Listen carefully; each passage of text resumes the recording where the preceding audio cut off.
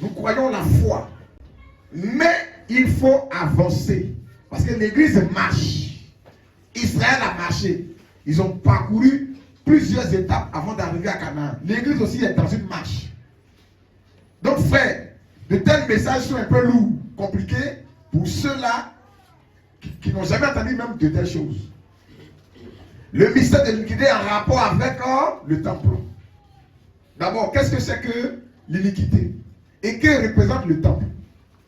On a présenté que le temple à Jérusalem, depuis Deutéronome 12, est en rapport avec le culte et l'adoration. Aller adorer Dieu. Parce que Dieu a choisi un coin, un endroit précis où tous les Juifs doivent venir, lui, Dieu l'a adoré. Il a donné le plan de cet espace-là. Il a donné toutes les mesures en vision à David qui a écrit ça. Et c'est là, puisqu'il a déjà prophétisé dans Deutéronome 12, quand vous allez arriver à Canaan, le lieu que moi je vais choisir, c'est ce lieu-là où vous allez venir là pour m'adorer, offrir des sacrifices. Donc le temple est en rapport avec l'adoration, avec le culte.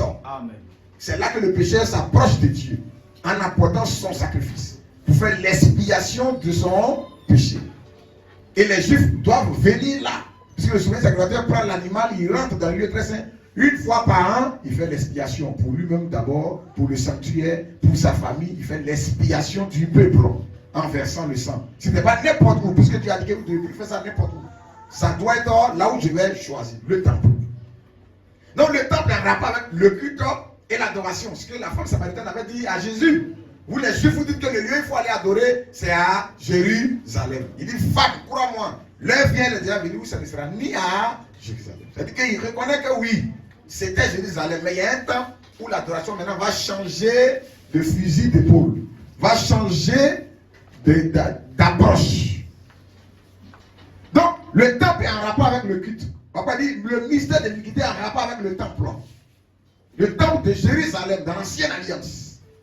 Maintenant, l'iniquité, qu'est-ce que c'est? Ce n'est rien d'autre que l'esprit du diable incarné ou travaillant à travers des rois, des personnes pour s'attaquer maintenant à l'adoration, pour s'attaquer au culte, au lieu même du culte et même au peuple qui a reçu cette alliance-là pour le culte.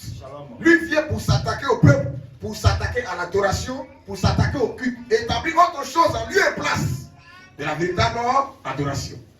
Et on a présenté où est-ce que ça a commencé dans les temps des nations avec l'Empire babylonien. C'est eux qui ont commencé à détruire Jérusalem et le temple et ils sont allés en déportation. Après, ça a été reconstruit. Ça a été détruit. Ça a été reconstruit. Et nous allons voir maintenant la destruction qui concerne ça et sa reconstruction pour la fin des temps. Dieu vous bénisse. Amen. Et cet esprit antichrist, on va le dévoiler dans son parcours, dans sa chevauchée, dans son avancée. Comment il se métamorphose, comment il change, comment il travaille, avec qui il a travaillé et avec qui il travaillera. Et comme la Bible est la parole de Dieu, Dieu permet que les apôtres, les prophètes voient cet esprit-là à l'œuvre et chacun apporte un petit détail sur sa chevauchée. Mais comme nous sommes à la fin des temps, ces choses-là, ça ne doit pas nous échapper. Parce qu'il était dit à Daniel, scelle ces choses jusqu'au temps de la fin.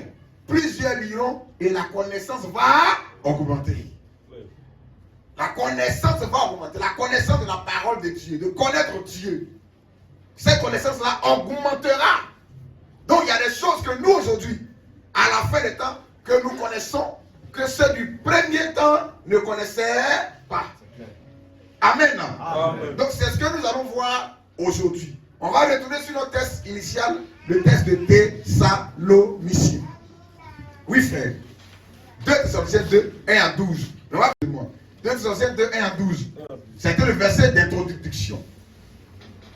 Amen. Amen. Oui, oui. Pour ce qui concerne l'avènement de notre Seigneur Jésus-Christ et notre réunion avec lui, nous vous prions, frère. Donc, 2 Thessaloniciens 2, 1 à 12, il dit pour ce qui concerne l'avènement de Jésus et de notre réunion avec lui. On vous demande de ne pas vous laisser parler dans votre bon sens, soit par quelques paroles ou par quelques inspirations que les gens vont dire, ça vient de nous, comme si le jour du Seigneur est déjà là. Donc, ça veut dire les gens viennent mentir pour tromper les chrétiens. Mais vous ne vous laissez pas ébranler dans votre bon avertir de ce qui doit venir d'abord. Paul, verset 3 à 4. Verset 3. Oui. Que personne. Ça, c'est au 1er siècle. Nous, on est au 21e siècle. On est en l'an 2022. C'est ça, non?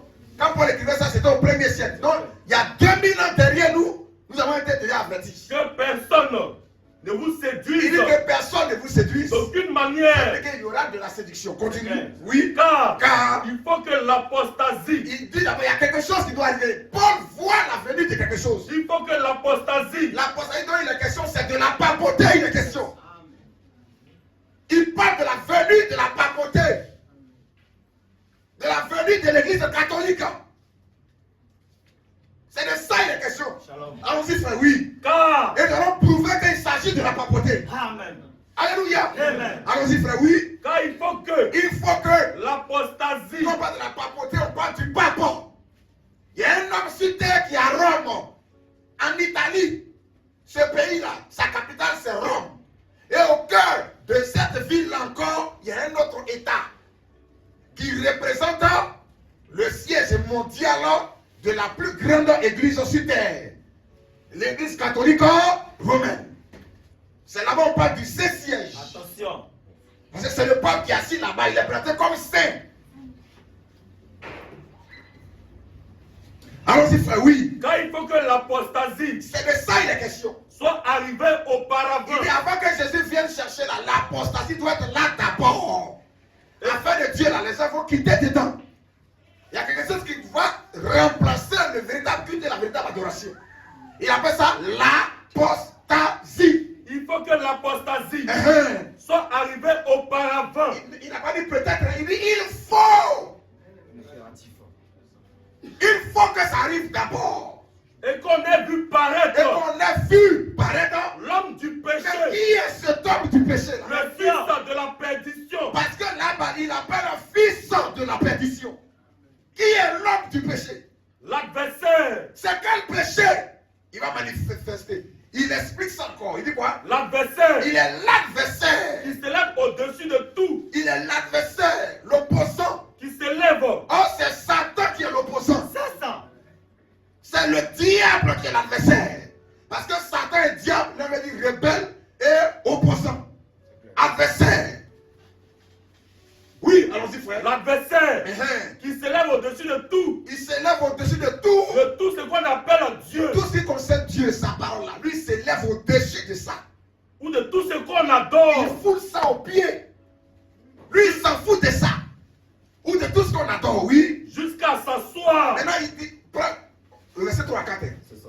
Qu'est-ce qu'il va faire à la fin des temps? Jusqu'à s'asseoir. Dans le temple de Dieu. Il va aller même s'asseoir dans le temple de Dieu. Se proclamant lui-même Dieu. Est-ce qu'il va dire, venez, c'est moi qui suis Dieu, adorez-moi? Il le dira autrement. C'est ça. Alléluia. Amen. On voit des gens, des vidéos où quelqu'un dit, c'est moi qui suis Jésus. Je suis là. C'est pas de ça là il parle. Pourquoi la Bible l'appelle séducteur? Parce qu'il a une manière de masquer le mensonge. Il rend ça joli. Alors que c'est le mensonge. Allons-y, frère, oui. Jusqu'au verset 4. Oui. L'adversaire qui s'élève au-dessus de tout ce qu'on appelle Dieu. Et tu prends le verset 8 à 9. Rapidement, allons-y vite. Au verset 8. Oui. Et alors paraîtra l'impie. Donc lorsque celui qui le retient, avant qu'il entre en scène, là, dans sa dernière phase que Paul a vu entrant dans le temple à Jérusalem, il dit il y a quelque chose qui le retient. Lorsque ces choses-là vont se retirer de la terre, c'est là maintenant. Et oui, alors paraîtra l'impie. Sinon son esprit a commencé à agir déjà. Mais son esprit va s'incarner. La Bible dit alors paraîtra qui? L'impie. L'impie. Que le Seigneur Jésus détruira. L'impie. Que le Seigneur Jésus détruira. Par le souffle de sa bouche. La Bible l'appelle l'impie, le fils de la perdition. L'adversaire qui s'élève au-dessus de tout ce qu'on appelle Dieu. C'est de ça que Paul dit le mystère de l'iniquité agit. Comprenez le verset 3, c'est ça? Au verset 7, oui. Car le mystère de l'iniquité agit déjà. Le mystère de quoi? De l'iniquité. Ce mot-là, vous devez bien le garder à votre oreille parce qu'on va expliquer où est-ce que l'iniquité a commencé. Shalom. Par qui l'iniquité a commencé? Shalom. Qu'est-ce qu'on a bien appelé iniquité? Où est-ce que ça a commencé? Là, on voit l'iniquité a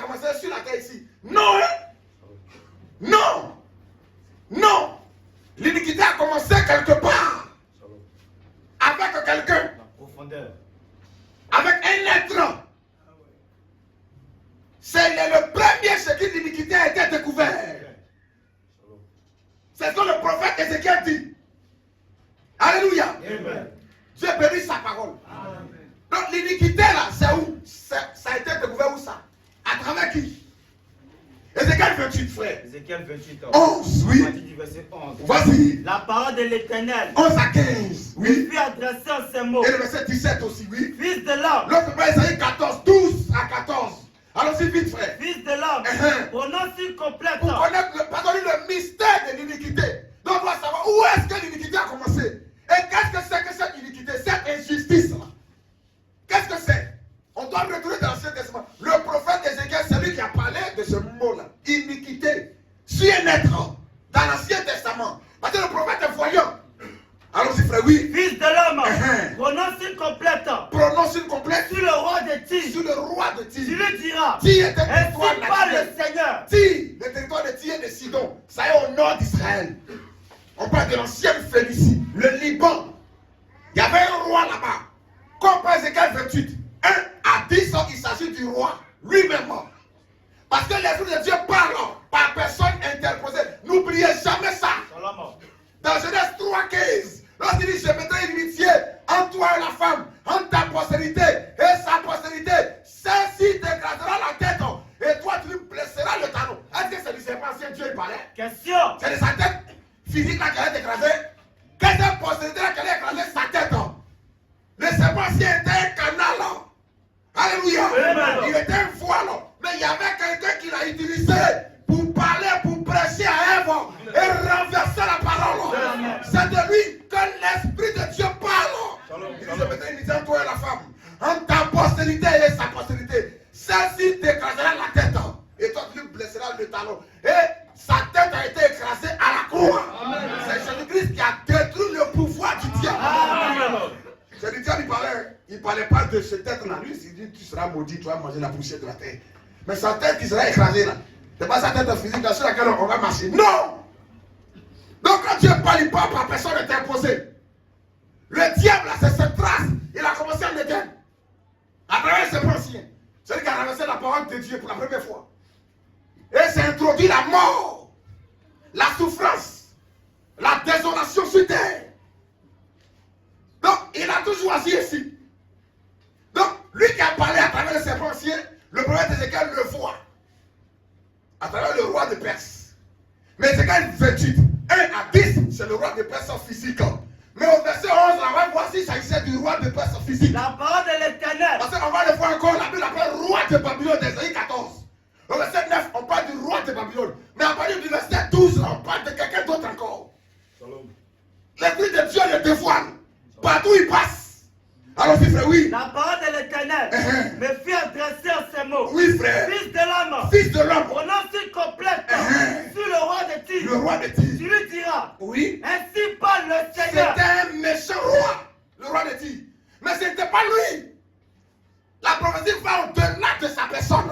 Oui, allons-y, frère. Oui. Ainsi parle le Seigneur. L'Éternel. Tu mettais le sceau. Tu mettais le sceau à la perfection. Quand Dieu crée la nuit, il met caché. Est-ce que le roi de Tyr était au commencement quand Dieu créait? Quel homme était à côté quand Dieu créait? Bien sûr.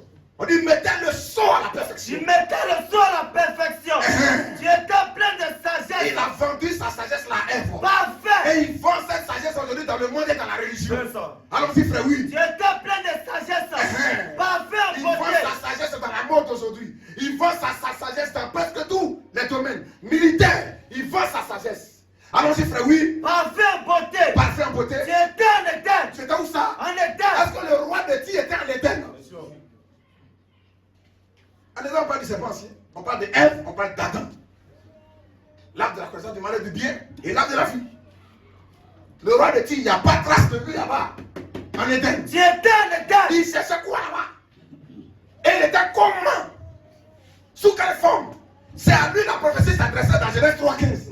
Alors dit frère, oui. Tu étais en Éden. Dans le jardin de Dieu. Oui, frère. Tu étais couvert. De toute espèce de pierre. Jusqu'au verset 15, allons-y vite. Précieuse. De satoise.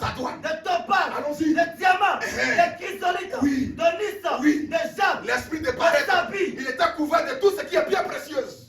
Un fils de Dieu n'est pas dans l'esprit de paraître.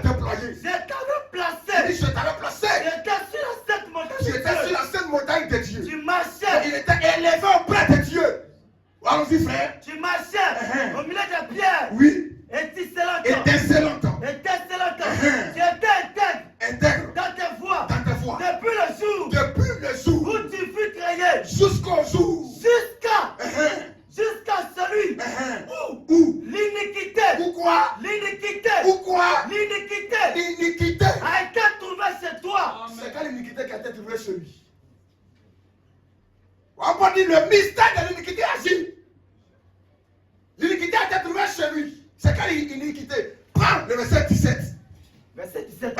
Ton cœur s'est élevé. Mais comment son cœur s'est élevé, frère?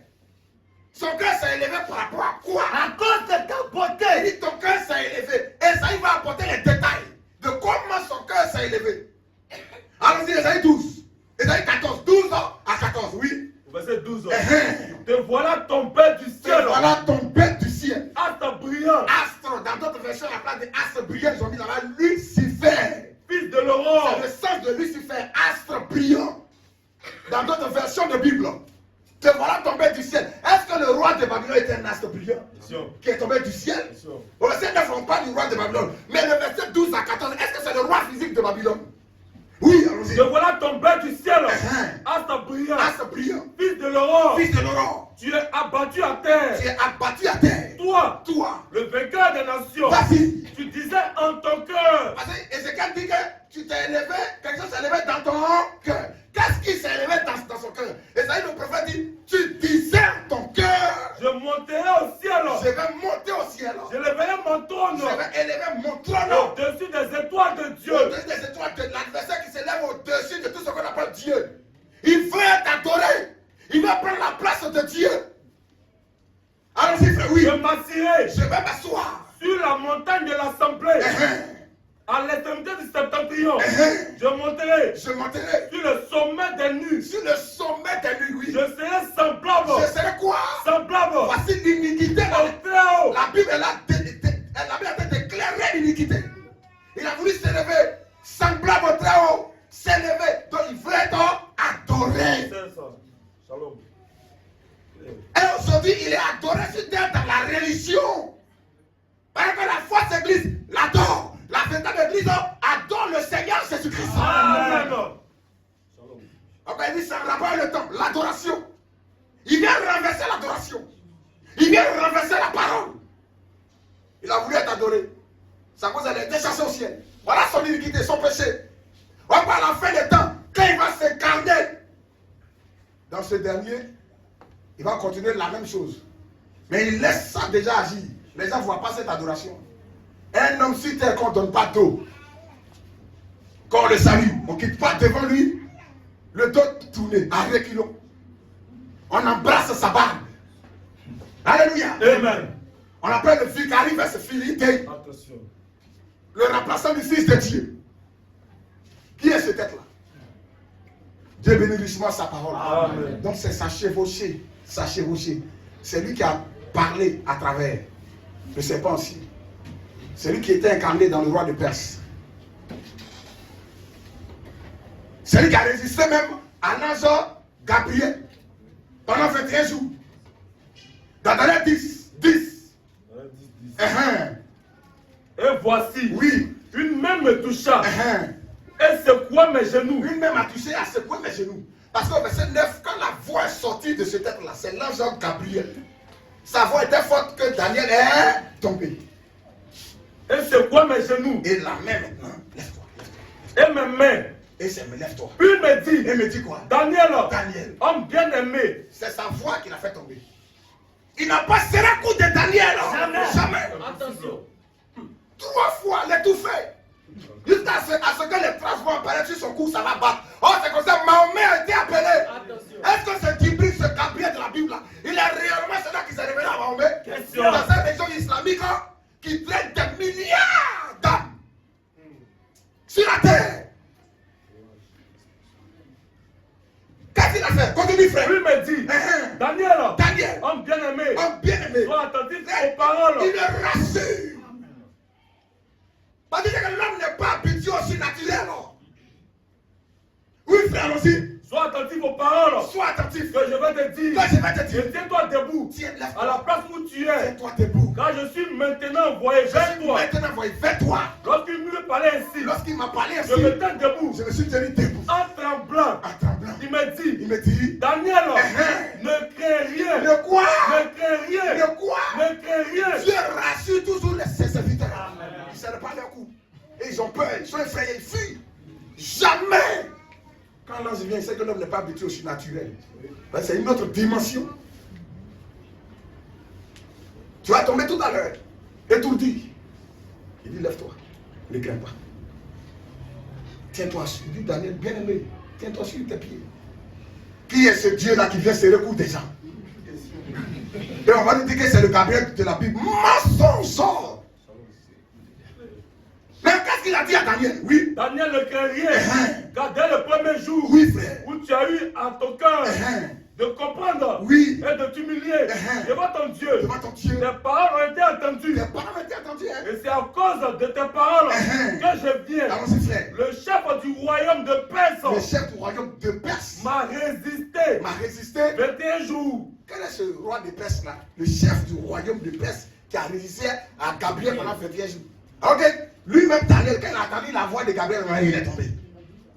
Quel homme qui peut résister à Gabriel pendant 21 jours? Oh, Daniel aussi, c'est un homme. Il entend la voix de Gabriel et puis il tombe. Est-ce que c'est un homme réellement qui avait résisté à Gabriel pendant 21 jours? Le chef du roi de Perse, c'est Satan. Shalom. Il a vu que Gabriel vient donner la révélation au prophète Daniel.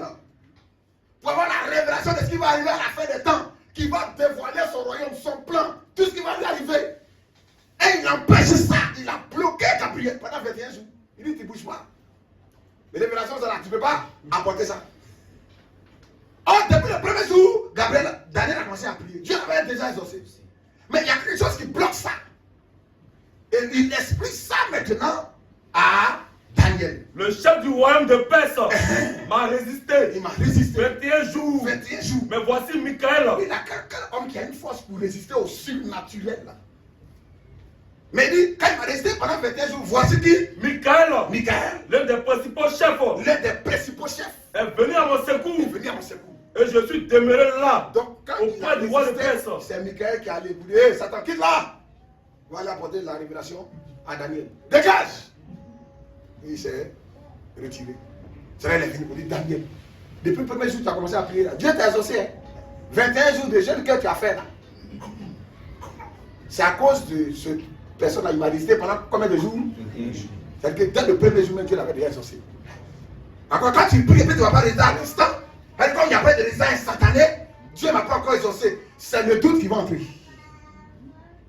Dieu t'a déjà exaucé. Amen. Et il a tout donné même au calvaire encore. Amen. Donc le chef du roi de Perse, le chef de Babylone, lui-même il a dit ça à Jésus dans Luc 4. Si tu te procèdes pour m'adorer, je vais te donner tous ces royaumes et leur gloire, car ça m'a été donné. Donc lui qui parle à travers ses pensées, c'est lui, c'est le diable.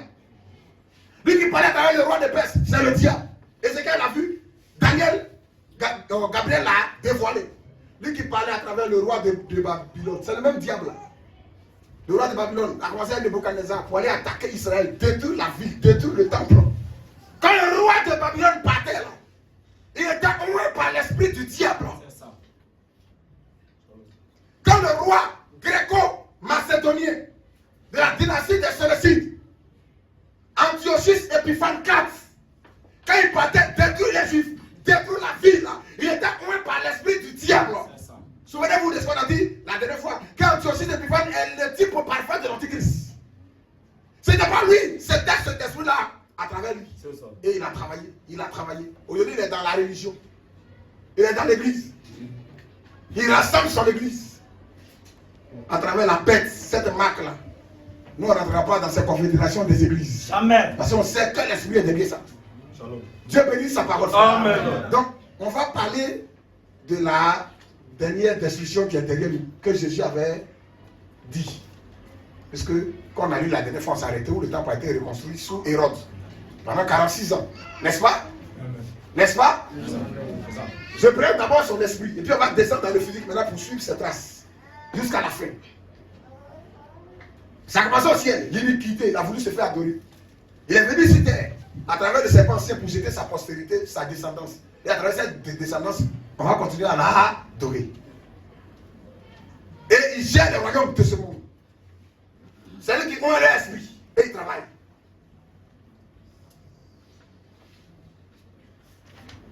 Allons-y frère, on va prendre Matthieu 24, 1 à 2. 1 à 2, Luc 21, 5 à 6. et Marc 13, 1 à 2. On lit ces 3 versets-là rapidement. Oui, frère. Comme Jésus s'en allait au sortir du temple. Donc le temple avait été reconstruit par les Juifs. Il y a une combien d'années pour reconstruire le temple là, au temps de Jésus? 46 ans, non? Sous Hérode. Ils ont dit là, il nous a fallu 46 ans pour bâtir ce temple. C'est ce temple-là. 15 jours, Jésus s'en allait au sortir du temple. Au sortir du temple, ses disciples s'approchaient pour lui faire. On parle de ce qui va arriver à la fin des temps. Parce qu'il y a beaucoup qui vont rater l'enlèvement. Parce qu'ils ne savent pas ce que Dieu a fait, ce que Dieu est en train de faire. Pourquoi la Bible dit réveille-toi, toi qui dors? Pourquoi est-ce que Frère Branham a pris son avion? Il voulait aller en Israël, le territoire de la Palestine. Et l'Esprit de Dieu lui dit, n'y va pas, ne mets pas pied en Palestine. Pourquoi? C'est au temps où Israël devient nation que le message que nous prêchons, il reçoit la visite de l'ange à 46. Pourquoi c'est dans ce même temps où Israël est en train de rentrer dans sa patrie? Pourquoi il retourne dans leur patrie? Pourquoi? Et pourquoi c'est en ce même temps que ce que nous croyons aujourd'hui comme presse, femme n'a pas droit au ministère, du ministère de Jésus, baptême au nom de Jésus-Christ, la restauration des dons dans l'église, la sécurité éternelle, la grâce, la prédestination, tout ce qui concerne la parole de Dieu là. Pourquoi ces révélations descendent en 46? Là, je viens le visiter. En 46. Pour lui expliquer sa mission, son ministère. Pourquoi c'est dans le même temps où Israël rentre dans sa patrie? C'est là que le message que nous croyons aujourd'hui entre en scène. Là, je viens le visiter. Pourquoi? Vous voyez que c'est de coïncidence. On est à la fin, on est à la porte. Dieu bénit sa parole, frère. Amen. Que chacun se prépare à servir Dieu de tout son cœur, de toute son âme, de toute sa foi et de toute sa pensée. Oui, allons-y. Ses disciples s'approchaient pour lui faire remarquer les constructions. Mais il a dit, voyez-vous, tout cela, je vous le dis en vérité. Temple que vous dites en vérité, il ne restera pas ici. Il ne restera pas ici. Pied sur pied. Il ne soit renversé. Il annonce la destruction du temple. Il dit ce temple-là sera détruit. Prends Luc 21, 5 à 6, oui. Verset 5. Comme quelques-uns. Marc 13, 1, 2, oui. Comme quelques-uns. Les 3 versets parlent de la même chose. Parlaient de belles pierres. Parlaient de belles pierres. Et des offrandes. Et des offrandes. Faisaient l'ornement du temple. L'ornement du temple. Jésus dit. Les jours viendront. Il dit les jours viendront. Où? De ce que vous voyez. Ce temple que vous voyez là. Il ne restera pas pied sur pied. Il ne restera pas pied sur pied. Il ne soit renversé. Et Jésus annonce que ça sera détruit. C'est un prophète. Alléluia. Amen. Et pas n'importe quel prophète. Il est le prophète. Amen. Quand Daniel prophétisait, c'était l'esprit de Christ qui prophétisait par Daniel. Amen. Et cet esprit-là, dans toute sa plénitude, a été manifesté en Jésus-Christ, le Fils de Dieu. Amen. Amen. La Bible dit les prophètes ont prophétisé par l'esprit de Christ. Mais en Jésus, c'est la plénitude. Donc il n'est pas un prophète, mais il est le prophète de tous ces prophètes-là. Amen. C'est son esprit qui les avait moins pour prophétiser. Donc, Matthieu 24, 1 à 2, Luc 21, 1 à 6, Marc 13, 1 à 2, ces trois-là parlent de la même chose. Je dis que le temple, ça sera détruit. Il ne restera pas pied sur pied qui ne soit renversé. Marc 13, premier. Lorsque Jésus sortit du temple, Matthieu en parle, Marc en parle, Luc en parle. Alors que les gens doivent être pour vrai sur la déclaration de moins 2 ou 3 témoignages. Il y a 3 évangiles qui ont dit que Jésus a dit Jérusalem, le temple, ça sera détruit. Jésus lui répondit, vois-tu, ces grandes constructions, il ne restera pas pied sur pied, il ne soit renversé. Mais qui va faire ça? Qu'il ne soit renversé. Et comme le prophète, Dieu lui donne de rentrer même dans la prophétie, il voit l'action. Où il a commencé à pleurer de ce qu'il voyait. Jésus ne pleurait pas ces jours-là parce qu'on allait frapper. Étant voyant, la Luc, et ça s'appelle 9-9, le prophète est appelé voyant. Il a un regard, les yeux d'aigle. Il peut voir 2000 ans devant. Pourquoi Moïse a vu ce qui s'est fait à la création alors qu'il n'était pas là? Parce qu'il est prophète, il est voyant. L'Esprit de Dieu le ramène au commencement. Et c'est ça le prophète. Il peut voir aujourd'hui, il peut voir hier, il peut voir demain. Dieu peut faire entrer dans l'action, les faire ressortir. Et il la voit. La 7e grande vision. Le prophète n'est pas entré dans cette vision. L'explosion qu'il a entendue derrière lui. Il n'a pas entendu ça? cette détonation forte sur l'Amérique. Et lui a dit, suivez le roi du Nord. Suivez le roi du Nord. Qui est ce roi du Nord? Il lui a dit, c'est la Russie. Qui est le roi du Nord? Qu'est-ce qu'il va faire à la fin des temps? Et Jésus, il a commencé à pleurer un jour. Alors il frère, oui. Luc 19, 41 à 42. Est-ce que vous êtes scandalisé que Jésus pleure? Alléluia. Amen. La parole a été faite. La parole a été faite. La chair pleure. La chair se fatigue. La chair mange. Mais c'est la parole qui est là. Sous forme humaine. On va dire la chair ne sait de. La chair ne sait de. C'est l'esprit qui vivifie. Amen. Il est heureux celui pour qui je ne serai pas une occasion de chute. Amen. Quand tu vas regarder à la chair, tu vas chuter. Allons-y frère, oui. Comme Jésus, il approchait de la ville. Oui. En la voyant. En la voyant. Pleura ciel. Il a commencé à pleurer. Et dit quoi? Si toi aussi. Au moins. En ce jour. Oui. Qui t'a été donné. Tu connaissais. Les choses. Qui appartiennent à ta paix. Qui appartiennent à ta paix. Mais maintenant, elles sont cachées. Ces choses-là te sont cachées. À tes yeux. On dit qu'elle approchait de la ville. C'est quelle ville? C'est pas Milan. C'est pas Los Angeles. C'est Jérusalem. Il a commencé à pleurer. Oui, allons-y. Il viendra sur toi. Il s'est lamenté. Il dit, il viendra sur toi. Des jours. Où tes ennemis. T'environneront. Ils vont faire quoi? T'environneront. Ils vont t'encercler. Jésus voit ça, ils seront encerclés. Ils vont t'environner. Allons-y, oui. T'environnement de trancher. T'enfermeront. Ils vont t'enfermer. Ils te serreront. Sur toi. De toutes parts. Te serrer de toutes parts.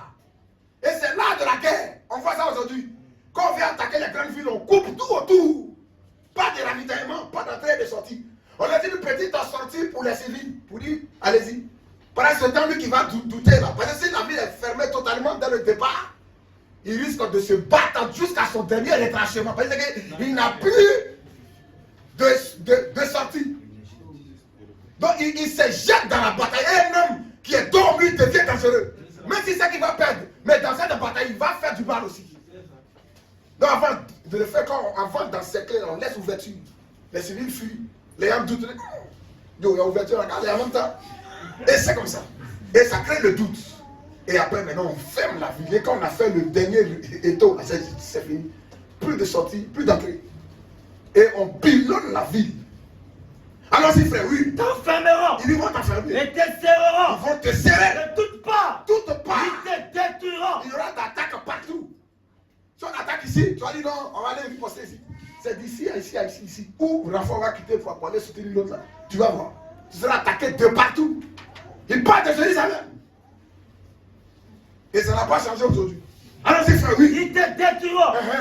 Toi. Et tes enfants. Au milieu de toi. Et ils ne laisseront pas en toi. Pierre sur pierre. Parce que tu n'as pas connu. Tu n'as pas connu. Le temps où tu as été visité. Dieu a visité Israël. Ils n'ont pas connu ce temps. Ils vont te détruire jusqu'au verset 44. Ok, on va prendre Luc 21, 24. Oui. Et l'autre prépare Daniel 9, 26. Rapidement, on va finir. Lorsque vous verrez. C'est de la destruction du temple qu'on est en train de voir comme ça. Le temple qui avait été construit au temps de Jésus, il dit ça sera détruit. La ville, le temple, tout sera rasé. Et maintenant, il dit, lorsque vous verrez Jérusalem investi par des armées. Sachez alors. Il dit, quand vous allez voir Jérusalem en train d'être investi, qu'il y aura des campagnes militaires qui vont venir contre Jérusalem. Sachez alors. Il a fait les Juifs. Parce qu'ils ont traité des persécutés. Ils n'ont pas reconnu le temps de leur visitation. Ils ont dit même que son sang retombe sur nous et sur nos enfants. Il dit qu'on va voir Jérusalem investi par des armées. Sachez alors que sa désolation est proche. L'abomination qui cause la vie, il y aura une grande désolation. Sachez que sa désolation est proche. Alors que ceux qui seront en Judée, fuient dans la montagne, continuer leur route. Que ceux qui seront au milieu de Jérusalem en sortent. Ils n'ont qu'à sortir vite. Et que ceux qui seront dans les champs, toi-même qui as d'autres travail, n'entrent pas dans la ville. Continue ta route. Ne reviens plus. Car ce seront des jours de vengeance pour l'accomplissement l'accomplissement de tout ce qui est écrit. De tout ce qui est écrit. Oui. Malheur aux femmes. Il dit malheur aux femmes qui seront enceintes. Enceintes. Et à celles qui allaiteront. À celles qui allaiteront. Parce en ces jours-là, elles vont manger les propres enfants. Il n'y aura plus de nourriture. Ça s'est accompli littéralement 40 ans après, à l'an 70. Luc 21, là, ça s'est accompli littéralement 40 ans après. La parole de Dieu est vraie. Amen. Amen. Quand Dieu parle, il faut écouter.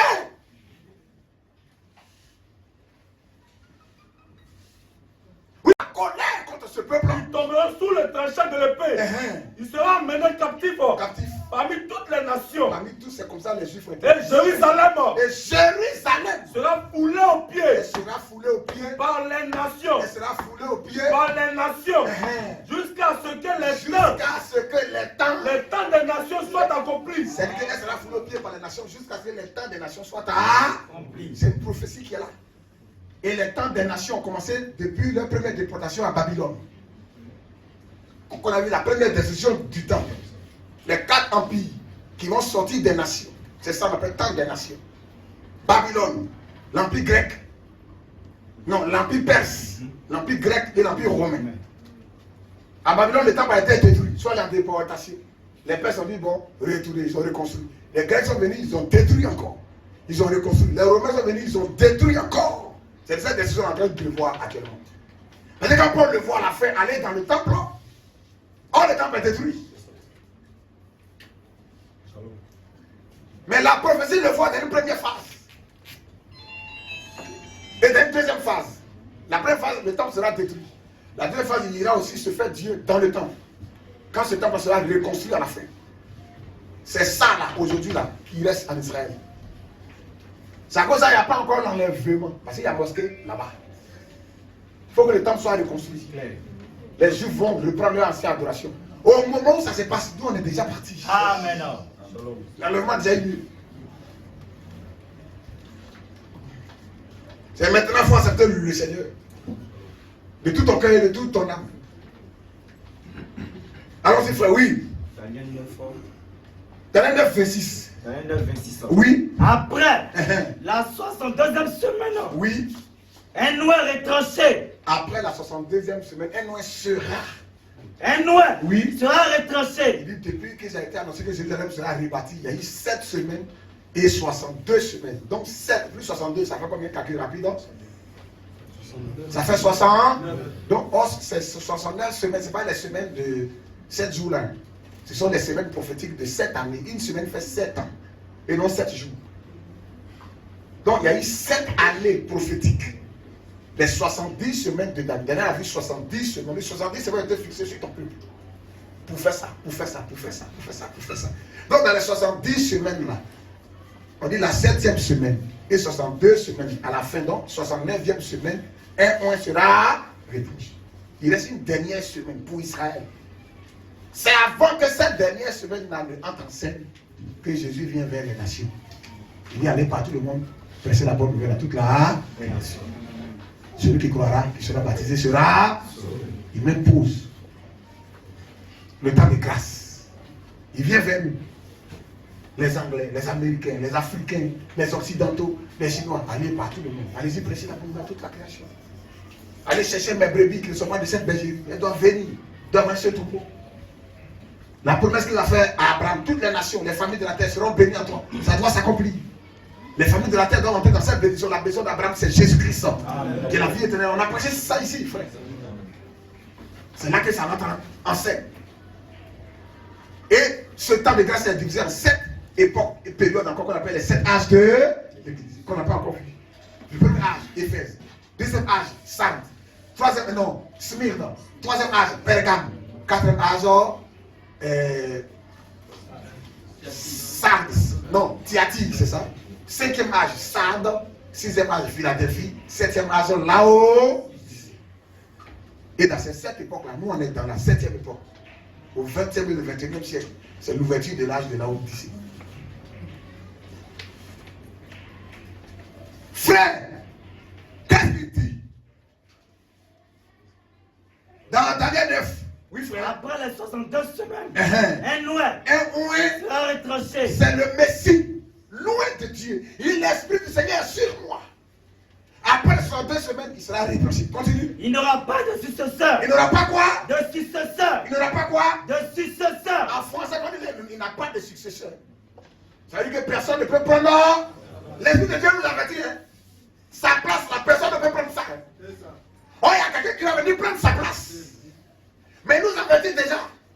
Il n'aura pas de successeur. Paul dit, il possède un sacerdoce qui est intransmissible. Donc les deux nous avertit. Donc si quelqu'un vient dire qu'il est le remplaçant de Jésus, on va dire attention. Alléluia. Mais s'il s'habille en tout blanc. Mais s'il parle doucement. Mais de la lycée, ça sort de sa bouche que lui est le remplaçant de Jésus. Tu es un menteur. C'est ça. Parce que la Bible dit il n'aura pas de successeur. Amen. Personne ne peut prendre la place du Saint-Esprit dans l'église. C'est lui qui conduit tous ses conducteurs. Même le prophète messager, il n'est pas au-dessus du pasteur, même de l'évangéliste. Jamais. C'est la sphère d'opération qui fait. Le prophète, il a une sphère d'opération élevée. Si le prophète est au-dessus des autres ministères, Paul ne pourrait pas dire j'ai planté, Apollos arrosé. Celui qui plante et celui qui arrose sont égaux. Shalom. Alléluia. Il n'y a pas de hiérarchie établie dans l'église. Amen. Impossible. Ça n'existe pas. Le prophète de prophète, parce qu'il est voyant, on doit connaître sa position, respecter sa position.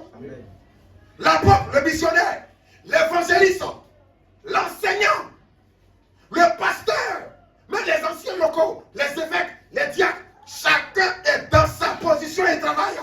Nous sommes des ambassadeurs de Christ. Alléluia. Amen. Voilà ce que nous on croit. On ne croit pas un président de pasteur dans l'église. Jésus n'a pas de successeur. Shalom. On ne croit pas au pape dans l'église. Jamais. On ne croit pas ça. On ne croit pas à archevêque, à monseigneur, à vicaire. C'est de ça Paul peut dire l'apostasie doit venir. Parce qu'il y a quelque chose qui doit prendre la place d'abord de Christ dans l'église. C'est un esprit qui va le faire. Et il a commencé par la papauté. C'est après il est rentré chez les protestants et chez les évangéliques. Dieu bénit sa parole, frère. Allons-y, oui. Et il n'aura pas de successeur. Le peuple d'un chef qui viendra. Le peuple d'un chef qui viendra détruira la ville. C'est de ça que Jésus parlait.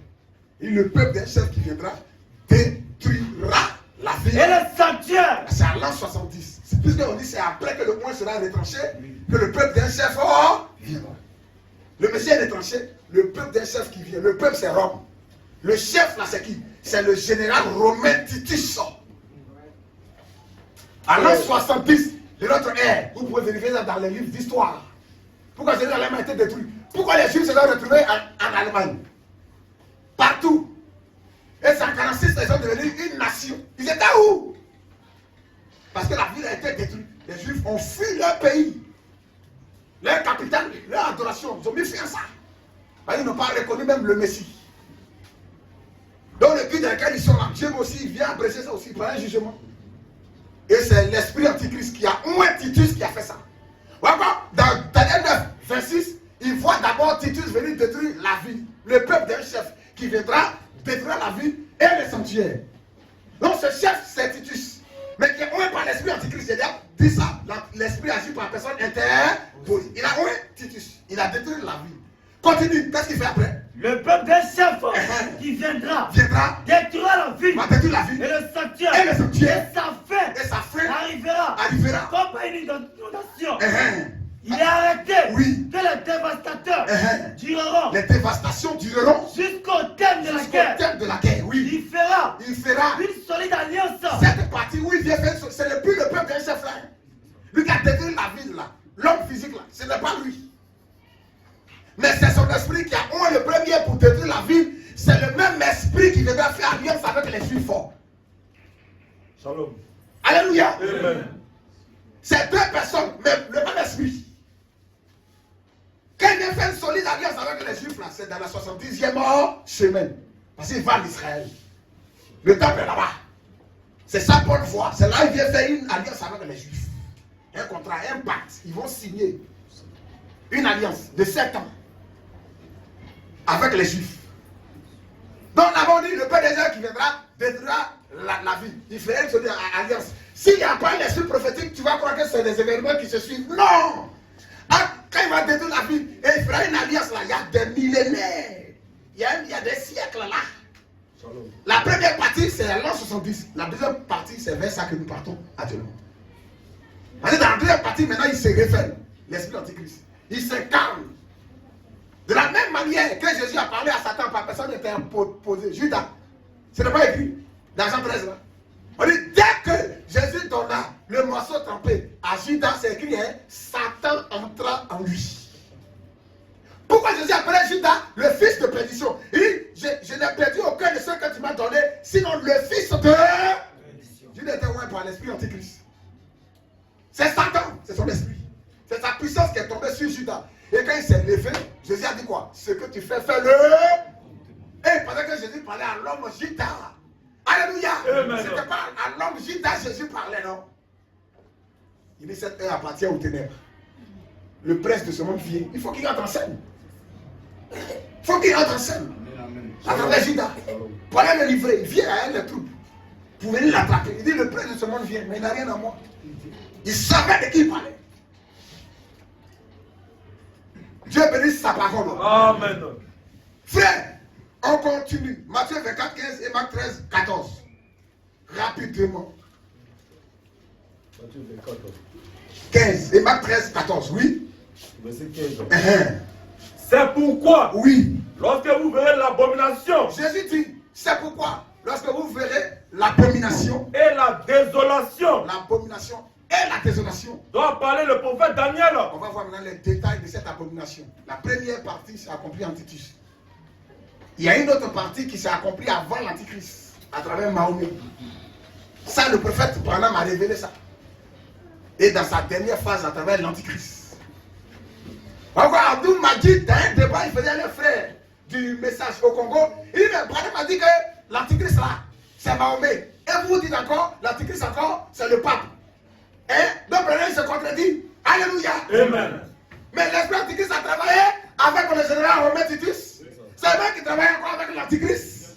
Alléluia. Amen. Le même esprit qui a travaillé par le serpent ancien, c'est lui qui travaille par le roi de Perse, qui t'a dit qu'il y a contradiction. Il dévoile sa chevaucheur. Amen. Si tu le regardes, si un seul cavalier, tu rates en brousse. Il vient ici, cheval blanc. Si toi tu as regardé, il dit comment un cheval blanc. Il faut que ce soit cheval blanc. Et lui, il viendra en tant que cheval rouge.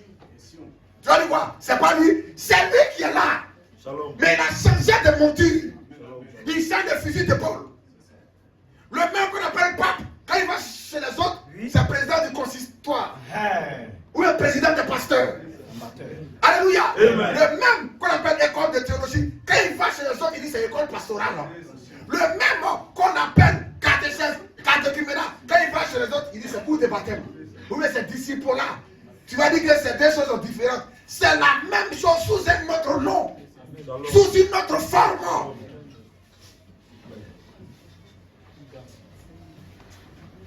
Dieu bénit sa parole. Matthieu 24, 15, Marc 13, 14, oui.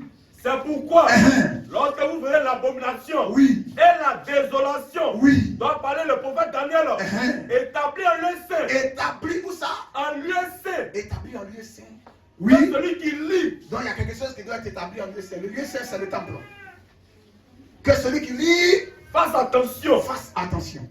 Marc nous dit quelque chose encore, frère. Lorsque vous verrez oui, l'abomination de la désolation, l'abomination de la désolation établie là, où elle ne doit pas être, établi là, là, où elle ne doit pas être, donc il ne doit pas être là, mais il va venir s'établir là.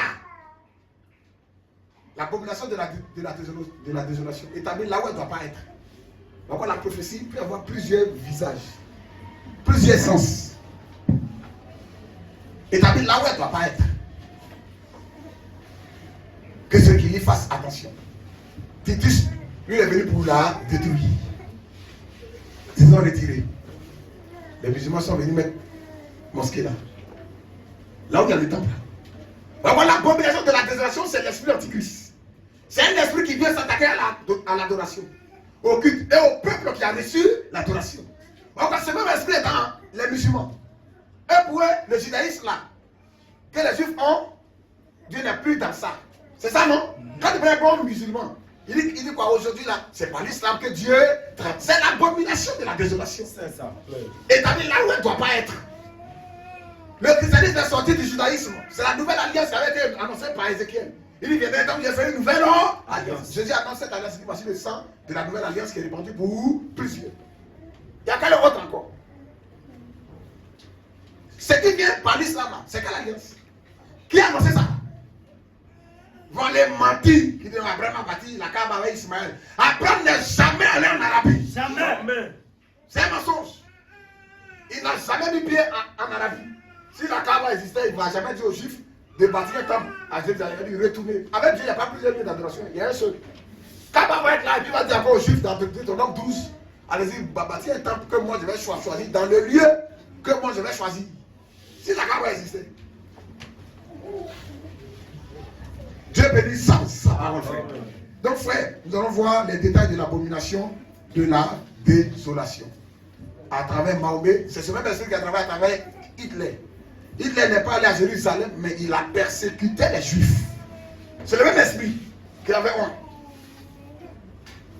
C'est le même esprit qui a un Mahomet. En plus du faux culte qu'il est venu établir, où il y avait le lieu saint, il est venu encore dans une persécution avec les Juifs. Il a persécuté les Juifs. On va dit dans le Coran, ne prenez pas pour allier les Juifs et les chrétiens. Quiconque le prend pour allié devient un des leurs. C'est un esprit qui est les Juifs, qui est les chrétiens. Ce qu'ils font là, à la télé là, c'est semblant, hein? Ça cause de politique. Nous, on sait qu'un musulman est un hypocrite. Nous, on le sait. Le livre était clair. Ne prenez pas pour allier les Juifs et les chrétiens. Mahomet a massacré les Juifs. Pourquoi sa mort a été causée par une femme juive, Zénab. Elle a empoisonné, ça est dans les hadiths. Elle a empoisonné un gigot de mouton qu'il a mangé. Et ce poison-là l'a détruit jusqu'à sa mort. Ici, les prophètes là, Dieu va lui révéler ça. Que c'est empoisonné, il ne va pas manger. Mais s'il mange ça, ça montre qu'il n'est pas prophète. Le secret est clair. Il dit ils boivent des breuvages. S'ils boivent des breuvages mortels, ça ne les fera rien. Parce que tout est sanctifié par la prière, par la parole de Dieu. Amen. Amen. On n'a pas dit d'aller tenter Dieu. Mais je ne sais pas. La Bible dit toujours de prier. Parce que tout est sanctifié par la prière, par sa parole. Même si c'est empoisonné, quand je vais prier là, je ne sais pas. Dieu peut créer même une action où ma mère va taper l'assiette. Et puis ça se renverse. Ou bien si l'eau est gâtée, le verre là, en me servant, ce verre là même peut exploser. Bah, dans ta main. Bah, Dieu envoie un ange pour frapper. Amen. Parce que sa parole, il la respecte. Amen. Dieu bénisse sa parole, frère. Allons-y, frère. Donc, nous allons voir l'abomination qui cause la désolation. Établie en lieu saint. Nous allons voir la première partie et la deuxième partie avec l'Antichrist. On va prendre. Question et réponse sur la Genèse. Rapidement dans les pronoms sermons. Et réponse sur la Genèse. Ça parle de la même chose. On va donner 3 brochures et 3 déclarations. Mais ça parle de la même chose. Vous pouvez lire ça après. Question et réponse sur la Genèse. Prêché le 29, 7e mois 53. 7e mois 53. Vous avez les Branham lui-même. Il se met à parler. La Bible dit une voix crie au désert. Est-ce que ça matin avec le micro? Amen. Alléluia. Amen. Les gens de Jérusalem qui pleurent partout pour aller se faire baptiser au désert. Dieu dans sa parole, c'est l'essentiel. Oui. Alors c'est Dieu lui-même. C'est Dieu lui-même. Il se met à parler. Il se met à parler. Alors c'est lui. Oui. Qui se lève. Et qui se met au combat. Oui. Ses prophètes frappent la terre. Il parle de la bataille d'Armageddon. Ce qui va arriver dans la 70e semaine. Qui n'est pas encore arrivé. Armageddon. Oui, allons-y. Ses prophètes. On a montré cette vallée là, non? La vallée de Megiddo. Le jour où on prêchait sur les 3 dimensions. Le corps, l'âme et l'esprit. On a présenté la vallée dans laquelle le combat se manifeste. Il y a une grande vallée en Israël. Quand tu es là-bas, ça peut faire tout Abidjan ou bien Bassan. C'est grand comme ça. Au temps biblique là, quand il y a les guerres, c'est là-bas les armées descendent pour s'affronter. Dans l'Ancien Testament, on ne faisait pas guerre en ville, quartier par quartier. Non, on laisse les 2 armées se retrouver sur un terrain neutre. Et Et il se frappe là-bas. Lui qui a perdu, c'est qu'il a perdu sa vie, là, appartient à l'autre. Donc, un fuit pour dire aux gens de la ville, courez, oh, on nous a vécu là-bas. Et tout le monde, c'est comme ça. C'est dans cette vallée-là. Parce qu'Armageddon, c'est simplement la vallée de Megiddo. La vallée de Gisèle et de Megiddo. Cette vallée-là existe. Elle est en Israël. Prenez les passes pour chercher ces choses-là. Pas pour jouer Isbeth. Je ne sais quoi. Allons-y, frère, oui. Ces prophètes. Non, c'est bon. Oui. Ces prophètes frappent la terre. Ces prophètes frappent la terre. Ils prêchent le nom de Jésus-Christ. Ils prêchent le nom de Jésus-Christ. Ils baptisent. Oui. De la même manière. Oui. Ils font la même chose que les premiers pères de Pentecôte ont fait. Donc l'évangile va retourner en Israël par les deux prophètes. Mais pendant ce temps, nous on est déjà enlevés. Oui. Et nombreux sont ceux qui les suivent. L'évangile va en Israël. Les deux prophètes vont se révéler là-bas. L'antéchrist aussi va aller là-bas. Les juifs aussi vont bâtir aussi leur temple pour reprendre aussi leur culte. C'est tout ça qui va arriver dans la 70e semaine. Oui, frère. Mais ce qui a été réuni dans cette confédération, cette organisation, elle a continué tout droit. Et même la puissance de ces prophètes ne l'a pas brisé. Et ils finissent par dire, on va tout regrouper. On va tous regrouper en une seule organisation. On parle aujourd'hui de l'unité mondiale, l'unité des églises. Il faut qu'il y ait un nouvel ordre mondial, mais un seul ordre. Les églises doivent être un. Mais la tête là, qui doit être là, c'est la papauté. Donc on prêchera aussi sur la marque de la bête. Oui, frère, aussi. Et il fait entrer l'abomination. Et il fait entrer l'abomination. Le catholicisme romain. L'abomination. Le catholicisme romain. Donc vous voyez, l'islam, Titus, le catholicisme romain, c'est la même abomination. Mais c'est sous différentes formes. Sous différents visages. Il n'y a pas de contradiction. On va voir l'introduction. Dans la page 6, il dit la prophétie peut avoir plusieurs sens. Plusieurs sens. Est-ce qu'on se suit, frère? Amen. Ok. Donc, et il fait entrer. Il y a le catholicisme et il y a l'islam. L'abomination qui cause la dégradation. Quoi qu'on veut ou pas, ces trois ont toujours haï les juifs. Quoi qu'on veut ou pas, quand il massacrait les juifs là, qui a béni son armée? Moi j'ai vu sur France 24, il y avait un archevêque qui met l'eau bénie sur les armes de Hitler et de Mussolini. Allez-y, attaquez. On a béni âme pour les tuer. Oui. Qui a donné l'autorité au pape, à la papauté, pour avoir pleinement possession sur cette cité du Vatican? C'est Benito Mussolini. C'est lui qui a signé pour que le Vatican soit un État. Et ça va être un État propre maintenant, l'église catholique. Or, Mussolini, qui est le fascisme, et Hitler, c'est les deux qui sont associés pour faire guerre mondiale. On nous a pas enseigné ça à l'école, à l'histoire. C'est ça. Facebook a tout gâté. Nos enfants connaissent rien. C'est ça. Dieu est dans tout. C'est comme ça. Donc c'est Hitler et Mussolini qui se sont associés pour entrer dans la deuxième guerre mondiale. Ils ont persécuté les juifs, ils ont persécuté même les protestants. C'est comme ça. Donc, que ce soit Titus, que ce soit Mahomet, que ce soit Hitler, les trois là, ils ont une haine pour les juifs, pour leur culte, pour leur adoration. Nous, on sait que les juifs là, même si ils sont dans l'ancien culte, on ne doit pas les haïr. Paul l'a déjà dit, hein. Qu'on ne se regarde pas comme ça, parce qu'eux, ils sont l'olivier qui avait été ôté pour que l'olivier sauvage soit greffé. Mais après, Dieu va les regreffer. Pourquoi le prophète dans ses prédications disait que si la nation américaine subsiste jusqu'à aujourd'hui, c'est à cause de notre amour pour les juifs. Hein? Sinon l'Amérique, il y a longtemps, Dieu les a détruits parce que c'est une nation de péché. C'est une nation pécheresse.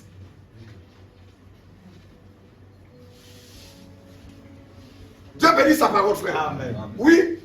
Et ils finissent par dire, on va tout regrouper. On va tout regrouper. En une seule organisation. L'abomination de la désolation, il dit c'est le catholicisme. Et fait entrer l'abomination. Oui. Le catholicisme romain. Le catholicisme romain. Qui se répand à l'extrême dans tout ça.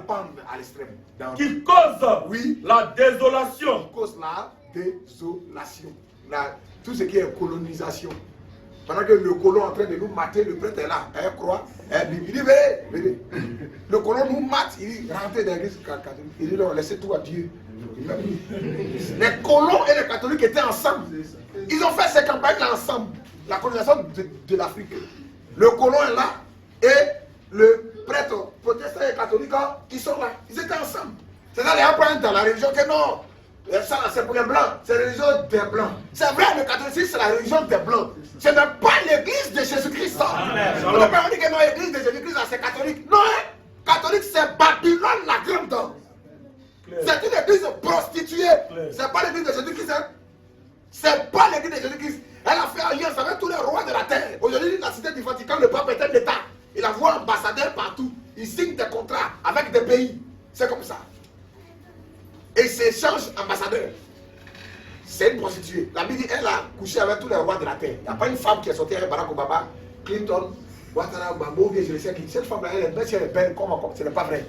Mais la femme qui est sortie avec tous les rois de la terre, c'est l'église catholique européenne. C'est ça. À travers ses alliances avec les rois et présidents, les chiliaques, les princes, tous ceux-là, les contrats dans lesquels elle est entrée avec eux.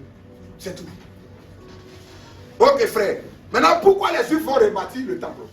Parce que Paul dit qu'il va entrer dans le temple. Donc le temple sera rebâti. Oui, dans Apocalypse chapitre 13.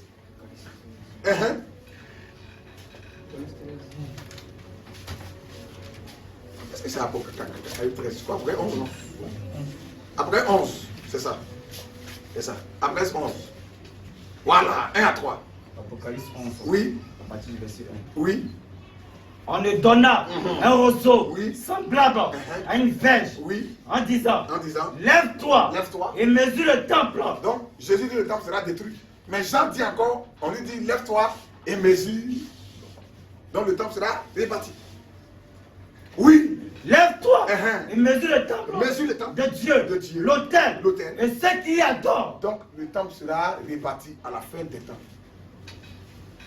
C'est dans ce temple à la fin là, que Paul le voit entrer là-bas se proclamer Dieu. Or les Juifs, comment ils font le temple là? C'est pas pour que l'Antéchrist vienne se proclamer Dieu. Eux, pour eux, leur culte est arrêté depuis longtemps. Ils doivent reprendre leur culte. Ils ne croient pas en Jésus. Chrétiens, tout ça, ils s'en foutent de ça. Et pour Jésus même, ils ne parlent jamais de Jésus même. Ils disent, c'est vous là qui avez affaire de Jésus. Les Juifs, c'est pas dans ça. Eux, dans l'esprit, c'est de rebâtir le temple pour reprendre le culte. Vraiment, la Bible dit quoi? Il fera cesser le sacrifice. Parce que les Juifs vont reprendre le sacrifice. Quand lui va arriver là-bas, il va dire arrêtez ça. Quel sacrifice vous faites? Arrêtez ces choses. Et il va se proclamer le Messie. Les deux prophètes aussi vont entrer en scène pour dire, vous les Juifs, oh, Dieu donne une fausse adoration. Toi-même qui es assis sur le trône qui dit tu es le Christ, le Messie, le remplaçant, tu es un bandit. Vous tous, vous deux là, vous êtes dans le faux même. Vous les Juifs, votre Messie, c'est Jésus-Christ, vous n'êtes pas reconnu. Toi-même là, tu es l'homme de qui la Bible a parlé, les prophètes ont parlé là. C'est toi. Et ils vont l'attaquer. Pourquoi les deux prophètes, Élie et Moïse vont entrer en scène. Parce que ce sont des prophètes dans leur ministère, ils ont affronté des rois, les autorités. Moïse allait affronter Pharaon. Élie allait affronter les faux prophètes et Akab et Jézabel. Pourquoi Dieu suscite ces deux ministères-là à la fin des temps? Il les met ensemble pour faire face à lui. Mais malgré ça, il va les tuer. Parce que il a un temps où il doit agir. Il va livrer les Juifs aux persécutions. C'est comme ça. Donc c'est vers ça qu'on va. Donc les Juifs vont repartir, reconstruire leur temple parce qu'ils veulent reprendre simplement leur adoration. Or, pour reconstruire le temple, il faut casser mosquée là. Or, chaque fois le temple reconstruit. C'est que mosquée là, il aura quoi faire. C'est clair. On va lire dans les 70 semaines de Daniel, page 123, paragraphe 176 à 177.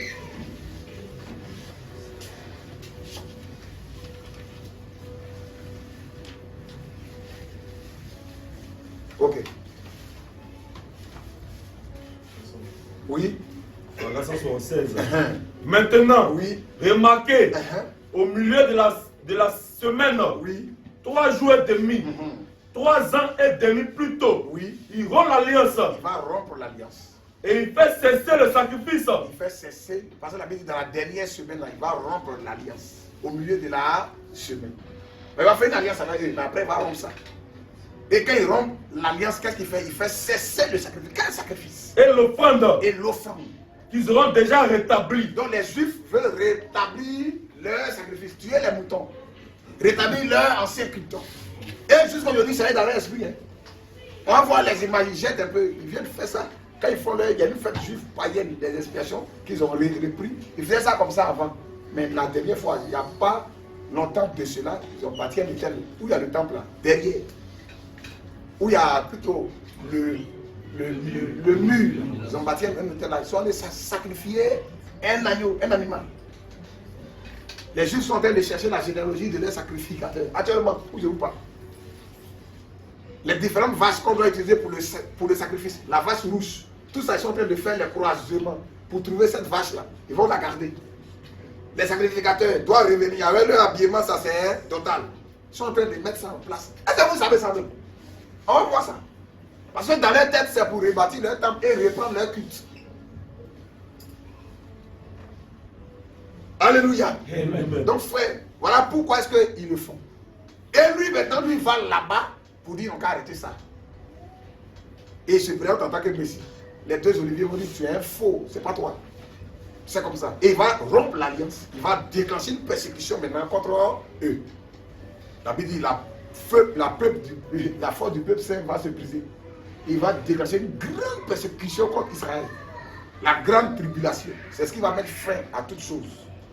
Ensuite, à la fin de là, Christ vient dans la bataille d'Armageddon. Et il va le détruire. Il va détruire toutes ces choses-là.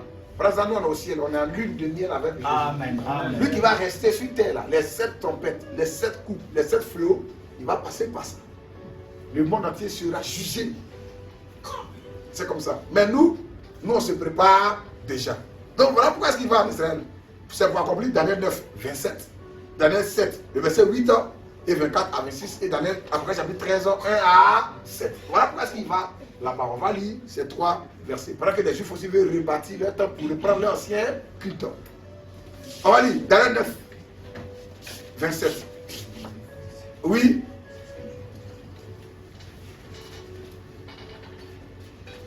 Daniel 9, 27, oui. Daniel 9, 27 ans.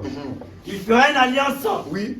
avec plusieurs. Après, il dit ici, le prophète, dans page 49, ici, paragraphe 34, il dit quoi? Et nous comprenons bien que cette ville qui a été maudite depuis maintenant 2000 ans sera reconstruite et rétablie. Et le culte sera rétabli dans le temple, tout comme au commencement. C'est ce que les Juifs veulent faire en bâtissant leur temple. Donc, si à faire des temples, il y a programme et il y a programme. L'Antéchrist, il a son programme aussi. Les Juifs, ils ont leur programme. C'est comme ça. Il y aura 2 programmes là-bas. Mais l'un et l'autre sont de faux programmes. C'est ça. C'est le véritable temple de Dieu, c'est nous qui sommes là, frère. Amen. Le tabernacle de Dieu, c'est nous. Hein. Amen. L'habitation de Dieu, c'est nous. Le temple de Dieu, c'est plus un temple physique. Non. Un temple immobile que les mains d'hommes ont bâti. Non. C'est un temple spirituel là. Nous sommes l'habitation de Dieu en esprit. Il habite en nous, dans nos cœurs, par la foi, frère. Amen. Et par son esprit en nous. Amen. Oui, frère, on termine. Il fera une solide alliance avec plusieurs. Avec plusieurs. Une semaine. Pour une semaine. Et durant la moitié de la semaine, oui, il fera cesser le sacrifice. La dernière semaine, il va faire cesser le sacrifice. Et l'offrande. Et l'offrande. Et le dévastateur. Et l'antichrist là, commettra. Il va commettre les choses les plus abominables. Les plus abominables. Ok, on va prendre Daniel 7, le verset 8. Quelles sont ces choses abominables? C'est ça Paul a dit. Il va se proclamer Dieu. Il va mettre la persécution sur les Juifs. Il va attaquer les 2 oliviers, les 2 prophètes qui vont le dénoncer. Oui, frère. Daniel 7, le verset 8. Oui. Je considérais les cornes. Et voici une autre petite corne. Une autre petite corne. Sortie du milieu d'elle. De la 4e bête là. Il y a une corne. La 4e bête avait 7 têtes et 10 cornes. La 4e bête, c'est Rome. La première bête qui est sortie de la mer, des océans, l'eau là, ça représente les nations. La terre représente Israël. Donc il y a 4 grands pays qui vont sortir des nations. Depuis Babylone jusqu'à la fin du monde. Ça a commencé par l'empire babylonien, qui était la première bête. Après la 2e bête, c'est l'empire médo-perse. C'était un ours. La 3e bête était un léopard. La 4e bête était un animal qui avait 7 têtes et 10 cornes. Il était semblable. C'est un dragon. Il a des dents vertes. Donc il dit, je connaissais une bête là. Oh, la bête qui est Rome là. Rome va changer de visage. Et c'est ce que Jean voit dans Apocalypse chapitre 13. La Rome papale. Non, la Rome impérialiste des Césars qui dirigeait le monde par la fer, par le fer, par la guerre, va devenir une Rome de la religion. Donc la Bible dit, sa blessure mortelle sera guérie. C'est dans la religion maintenant. Et les gens vont adorer Satan dans cette religion, croyant que c'est Dieu, ils adorent. Parce qu'il veut toujours se faire adorer, mais il vient le faire dans sa religion. Allons-y, frère, oui. Je considérais le corps. Le peuple Abraham, chapitre 13, 1 à 7. L'Esprit de Dieu dit, c'est Satan qui est derrière cette religion-là. Catholique, là, c'est le diable. C'est Satan qui est là-bas. Dieu vous aime. Il vous a permis de connaître sa parole. Amen, amen. Bénissez Dieu. Amen, amen. Il y a combien de milliards de personnes là-bas? Il y a combien d'enfants de Dieu là-bas qui n'ont pas encore connu le temps de leur visitation? Voilà pourquoi il y a les évangélisations toujours. Parce que ce qui arrive là, les enfants de Dieu doivent être épargnés de ça. On va nous crier dehors. Allons-y, frère, oui. Je considérais le corne. Et voici une autre petite corne sortie du milieu d'elle. De la quatrième bête. Cette petite corne veut dire force, corne veut dire puissance. Et trois des premières cornes furent arrachées. Cette petite corne qui sort là, c'est l'antichrist dans sa dernière phase. Quand il va s'incarner dans cet homme-là. Oui, frère. Fut arrachée devant cette corne. Et voici, elle avait des yeux. Elle avait des yeux. Comme des yeux d'homme. Une corne qui a des yeux. Mais elle a des yeux d'homme. Oui. Et une bouche. Qui parlait avec arrogance. C'est la papauté. La papauté. Le pape dit aujourd'hui, là, tout le monde est enfant de Dieu. Toutes les religions sont pour la paix. Dieu est dans le bouddhisme. Dieu est dans le maïkari. Dieu est dans tout. Parce que Dieu, c'est l'amour. On a qu'à s'aimer, se mettre ensemble. Point, ça s'arrête là. C'est de l'arrogance.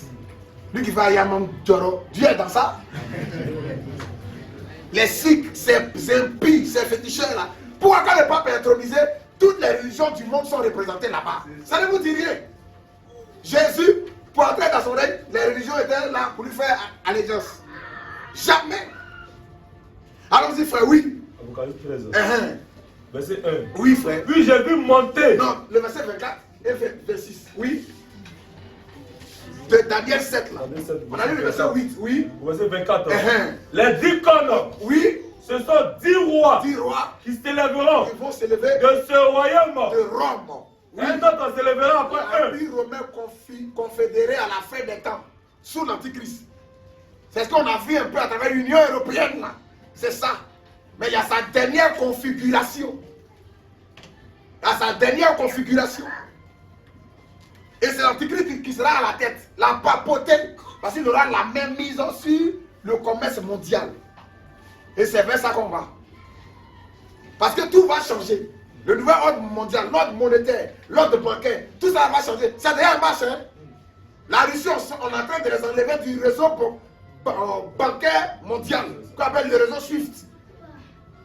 Parce qu'il doit y avoir un nouvel ordre mondial. Rome est rentré dans l'OMC, l'Organisation mondiale du commerce. Ils vont prendre la tête de ça. Les plus grandes réserves d'or, c'est au Vatican. C'est ça. Il n'y aura plus de marche arrière. Les choses s'en vont comme ça.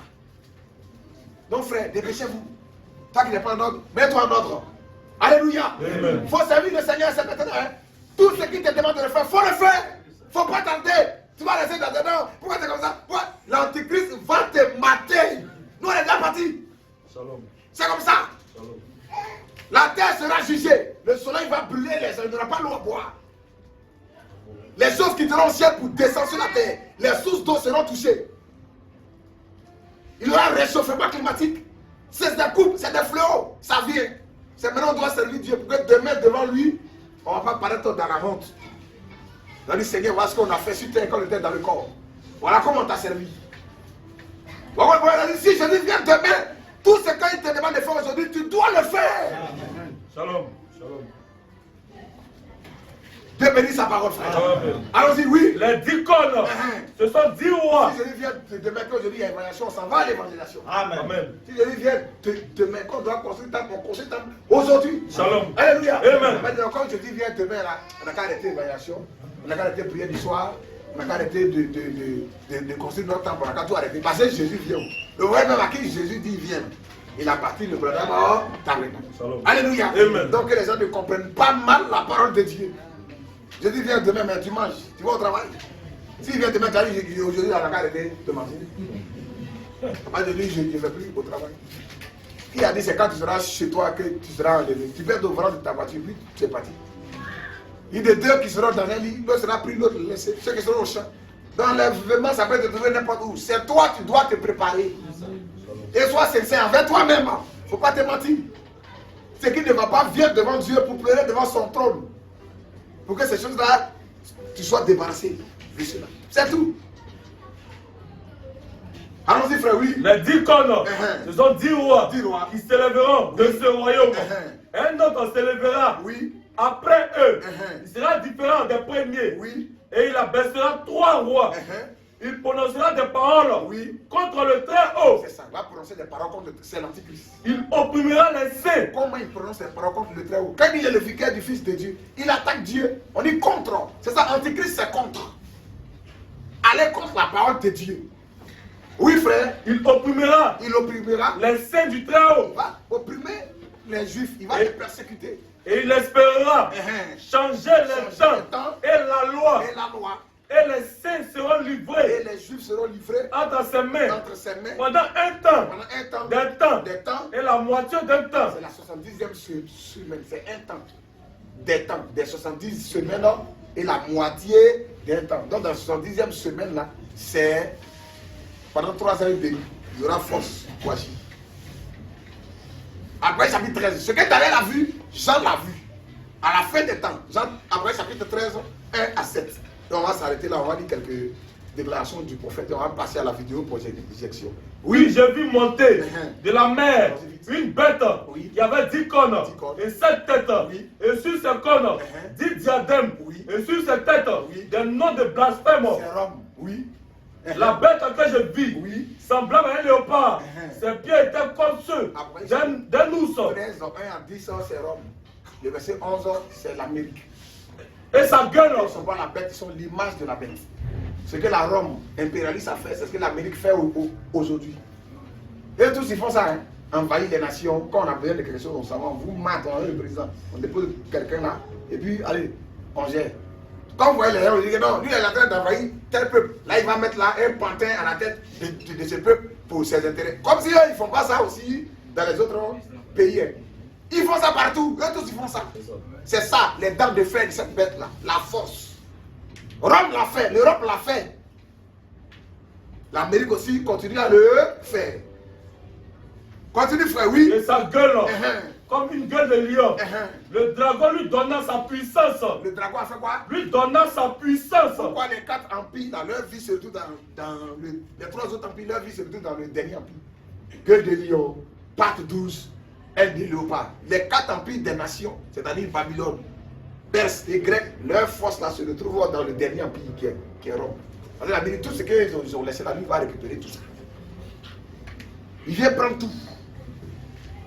Mais la Bible dit, le dragon lui a donné sa puissance. Et son trône. Et une grande autorité. Satan. C'est cette gloire-là, il a montré à Jésus. Tous ces royaumes. C'est cette gloire, cette force, cette puissance-là. Qu'il a dans la politique, qui va changer maintenant dans la religion. La Bible, le dragon lui donna sa puissance. C'est le trône. Elle a reçu la puissance du diable. Et son trône. Et son trône. Et une grande autorité. Et une grande autorité. Et j'ai vu l'une de ses têtes comme blessée à mort. Comme blessée à mort. Mais sa blessure mortelle fut guérie. C'est le changement de l'Empire romain, de César à l'Empire romain des papes. Mais ça blessure... César Auguste, César temps. Non. C'est devenu maintenant la dynastie des papes. La blessure mortelle est guérie. Rome est devenu maintenant religion. Ce n'est plus César qui dirige le monde, c'est le pape qui dirige le monde. Sa blessure mortelle est guérie. Et toute la terre était dans l'admiration. Et dans la religion là maintenant, elle gagne la terre. La Bible dit toute la terre était dans l'admiration. Et dans l'admiration. Derrière la bête. Derrière cette bête là. C'est l'église catholique romaine. Continue frère. Et ils adoraient le dragon. Ils adoraient le dragon. Parce qu'il avait donné l'autorité à la bête. Donc lui qui voulait se faire adorer au ciel là, il vient donner cette autorité là dans une religion. À travers la papauté. Et il continue à adorer le dragon. Sans s'en rendre compte que c'est le diable qui est là dans cette religion là. Le premier représentant sur terre du diable, c'est le pape. C'est ça. Même s'il habille en tout blanc, mais il n'a jamais fait tuer à quelqu'un. Parce que ses prétentions sont démoniaques. C'est ça. Il ne peut pas dire qu'il est le vicaire du Fils de Dieu. Attention. C'est démoniaque. C'est ça. Vicaire, c'est remplaçant. Oh, c'est dans le Vicaire Philippe qu'il y a le 666 qui est le nombre de son nom. Et ça est une tiare encore. Et cette tiare-là, on va la voir. Et l'Antichrist qui viendra à la fin des temps, d'où est-ce qu'il viendra? Ça sera, oui, le catholique romain, le catholicisme romain de la papauté. Mais il viendra de quel pays, ce pape-là? Il viendra de l'Amérique. On va lire ça. Prophétie du prophète. Lui, il sortira de l'Amérique. Il portera une tiare. Que même les catholiques savent ça. Parce que dans leur généalogie, il y aura combien de papes jusqu'à la fin des temps. Le dernier pape dans leur généalogie dit va s'appeler Pierre le Romain.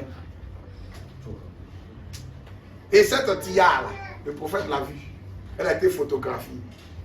Il dit c'est ça, il va porter. Parce que la tiare, c'est une tiare de triple couronne. Le dernier pape à l'avoir porté, je crois, c'est Pie VI, en 76. Il n'a plus porté ça aujourd'hui, ça est là, dans le musée.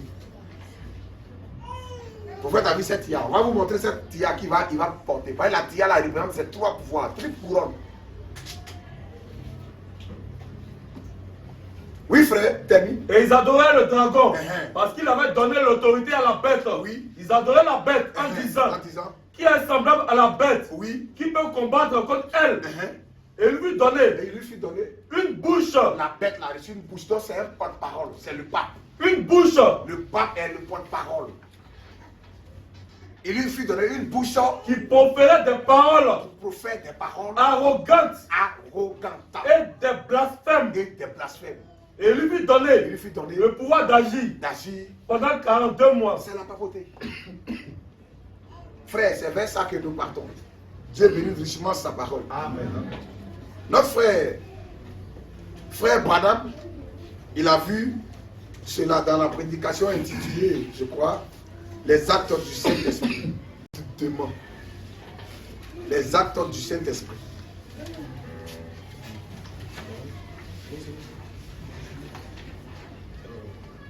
C'est dans ça il a dit ça.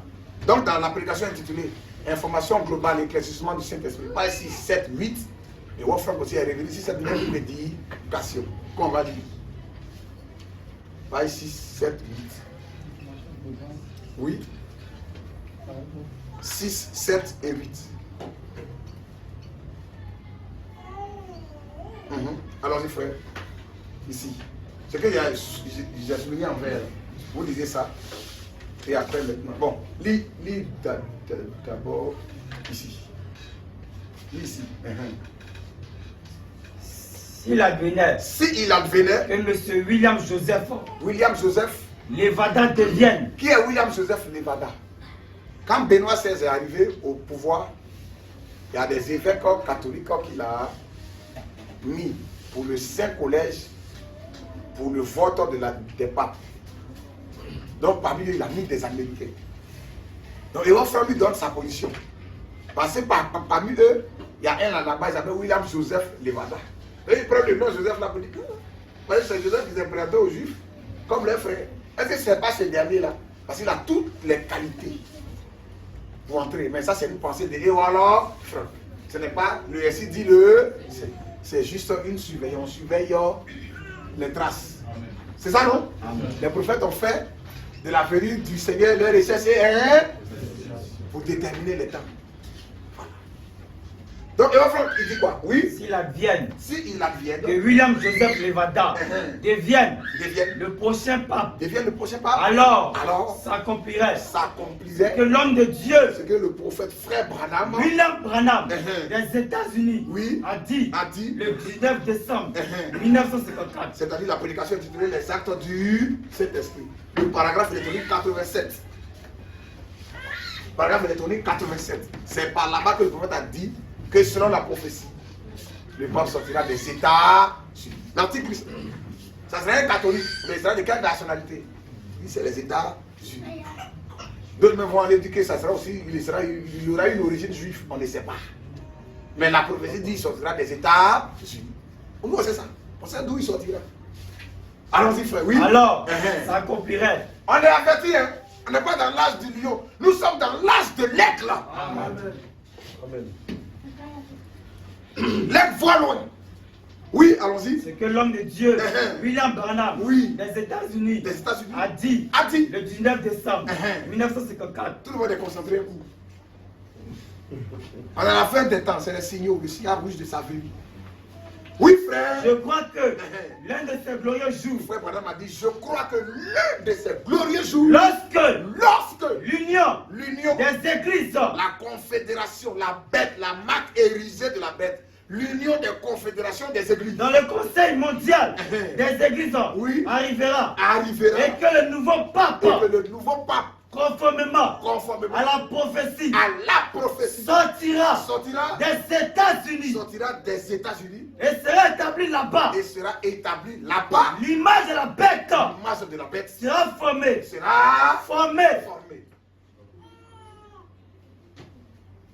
Oui. Et je vous le dis, la véritable église de Dieu, sera rassemblée. Tous les véritables croyants, sera rassemblé. Les véritables croyants, des méthodistes, des baptistes, tous ceux qui sortiront, c'est comme ça. Vous qui êtes là, vous êtes sortis de l'Assemblée de Dieu, méthodistes, Foursquare, vous êtes sortis de Babylone pour venir être une véritable église, église de Jésus-Christ. Parce qu'ils vont se retrouver dans ce système. Donc l'épouse sera formée de tous ceux qui sortiront. Exode de Babylone, sortez de Babylone, mon peuple, vous allez sortir de ces systèmes pour être une épouse de Jésus-Christ, pour être enlevé. Oui, frère. Je vous le dis, la véritable église de Dieu sera rassemblée. Tous les véritables croyants, des méthodistes, des baptistes, des presbytériens, des pentecôtistes, des pèlerins, de la sainteté. Ils sont beaucoup vont sortir christianisés. En tout cas, pour venir dans ce message, on sera rassemblés pour être enlevé. Oui, frère. Quel qu'ils puissent avoir, ils vont se retrouver ensemble et seront fortifiés dans l'amour de Dieu. C'est pas cela que dans tous les croyants, le corps du Seigneur Jésus-Christ sera rassemblé. Amen. Donc il sortira d'où? De là. Et il donne encore un autre détail sur sa couronne. Termine ici, oui. La pensée a été aussi exprimée que Benoît XVI. Que Benoît XVI. Si tu n'as pas lu les chiffres, il faut donner son frère. Oui. Que Benoît XVI, le 265e pape, restera en chair seulement. Il y a une pensée qui dit que Benoît XVI ne va pas durer. Et tous, ils savaient ça. Ça est dans les programmes. Oui. Pour une brève période. Le pape de la paix. Et Benoît XVI est celui-là qui a démissionné. Il n'a pas terminé son pontificat. Et c'est François qui est entré en scène. Oui, qui est là aujourd'hui. François Ier. Mon Joseph Bergoglio, un Argentin. Amérique latine. Oui, allons-y. Le pape de la paix, Gloria Oliveira, devrait être dans leur programme là, après le pape. Il y aura un pape qu'on va appeler le pape Gloria Oliveira, c'est-à-dire le pape de la paix. Lui doit rassembler toutes les églises dans une paix. Et il y a une vidéo où on avait montré Benoît XVI en train de causer les protestants américains. Il a dit les filles vont revenir chez la mère. Puis il priait pour le pape. Parce que leur but c'est de rassembler toutes les églises là chez l'église catholique. Parce que ce sont les filles qui sont parties. Catholique, il y a une seule église sur la terre, c'est eux. Protestants, Foursquare sont ces filles qui doivent revenir chez elles. Accepter l'autorité du pape sur eux. C'est tout. Oui, frère, allons-y. Devant ton activité, lorsque la paix sera établie entre les Arabes et les Juifs, après lui, et la paix a commencé par les accords d'Abraham que Donald Trump avait lancé pour la reconnaissance de Jérusalem comme capitale d'Israël. Et même les pays du Qatar, Arabie Saoudite aujourd'hui commencent à changer leur langage sur la mosquée qui est à Jérusalem. Et tout dit que c'est une seule mosquée parmi des mosquées. Que ce lieu c'est la Mecque. Donc même les Arabes seront d'accord quand les Juifs vont aller raser ça. Parce que les accords d'Arabes là, les Palestiniens ont été laissés. Israël a repris aujourd'hui contact avec l'Arabie Saoudite, Maroc, tout et tout. Vous ne voyez pas à ce temps-ci là. Les accords d'Abraham que Donald Trump a signé là, avec Jared Kushner, son beau, qui est aussi un juif, qui a signé ces accords-là avec les Arabes. Oui, frère. Après lui, un seul viendra À cause quand il suis devant la télé et qu'il regarde l'information, on pense que non, il aime trop tout ça. C'est quoi il regarde guerre, information? Non, hein? C'est ces choses-là que nous cherchons. Parce qu'on doit voir l'accomplissement de la parole de Dieu. Amen. C'est pas les programmes de comment faire pour tromper son mari dans ces films-là. Ouais, voilà. Ou bien comment faire pour. Voilà. Parce que dans ces films-là, c'est ce que le diable il enseigne. Comment faire pour tromper son mari, pour embrasser n'importe comment. Quelqu'un était dans la rue comme ça, les gens ils s'embrassent. Et on regarde ça avec les enfants. Et puis donc on enseigne quoi aux enfants? Si tu as un désir, tu embrasses comme ça. Non, on n'embrasse pas femme comme ça. C'est comme ça. Mais le diable enseigne ça. C'est son éducation qu'il donne. Et les gens grandissent avec, ils se disent que c'est normal. Ce n'est pas normal. Allons-y, frère, oui. Après lui, un seul viendra encore. Oui. Pierre le Romain. Pierre le Romain. Qui sera de nouveau couronné. Avec la tiare. Avec la tiare. Portant écrit. Portant écrit. Ciel. Vigaris. Philippe Dei. Le prophète a vu cette tiare-là, la triple couronne. Il y a une tiare spéciale. Et les papes ne portent pas ça comme ça. Il y a une tiare où il est écrit, oui, Vicari vers... Dans la valeur, dans le nombre, oui, 666, dans la basilique, nationale, de l'Immaculée Conception, à Washington. C'était en Amérique, ils prennent ça, ils envoient ça dans tel musée, les gens ils regardent ça. Après, la chapelle Sistine, ils mettent ça là-bas dans le musée, les gens ils regardent ça. C'est de cette tiare-là, le prophète parle ici dans la 70e semaine de Daniel. Oui, allons-y. C'est une couronne spéciale. On va la voir tout à l'heure. Termine, frère. Dans la valeur, dans le nombre 666, dans la basilique nationale de l'Immaculée Conception, à Washington. C'est fini, frère. C'est bon. On n'a pas besoin. Semaine de Daniel. Voici ça. On va faire la possession tout à l'heure. Voici ça. C'est plein de pierres précieuses. C'est une triple couronne.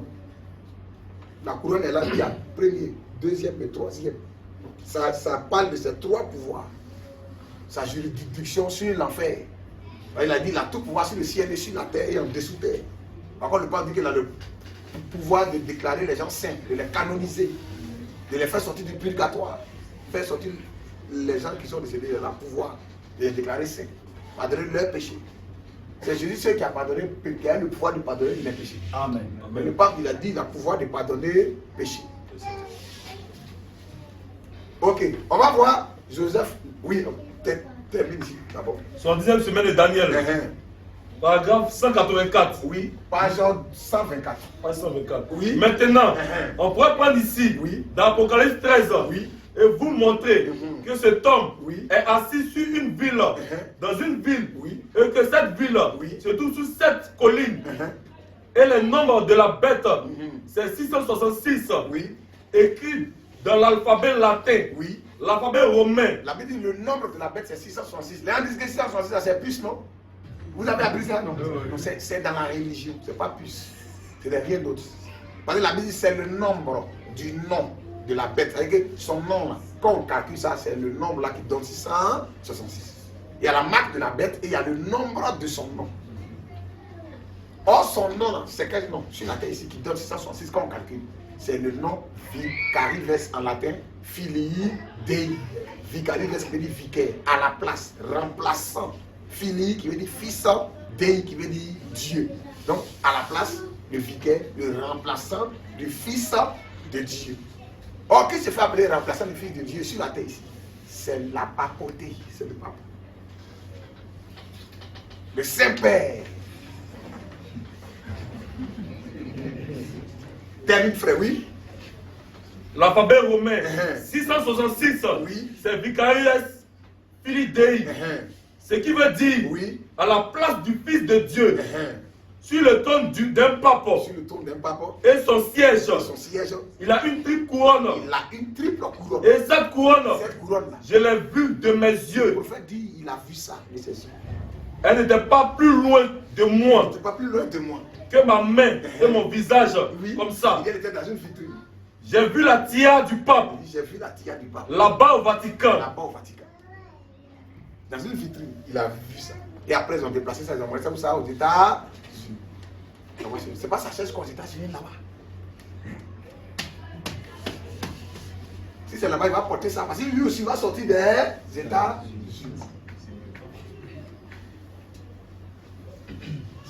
Donc on va revenir sur l'histoire de Joseph Levada. Oui, allons-y. Non, c'est bon. C'est lui qui est l'adversaire qui se lèvera. Parce que c'est cette tia-là qui va porter à la fin. Oui, frère. Le 13 mai 2005, oui. Le pape Benoît XVI, le 13 mai 2005, Benoît XVI là, a nommé l'archevêque de San Francisco, aux aux États-Unis. Monsieur William Joseph Levada, pour être son successeur. En tant que préfet. Parce que parmi, il n'était pas le seul Américain qui avait été nommé. Il était beaucoup. Mais lui, il va falloir faire un peu une histoire spéciale sur lui.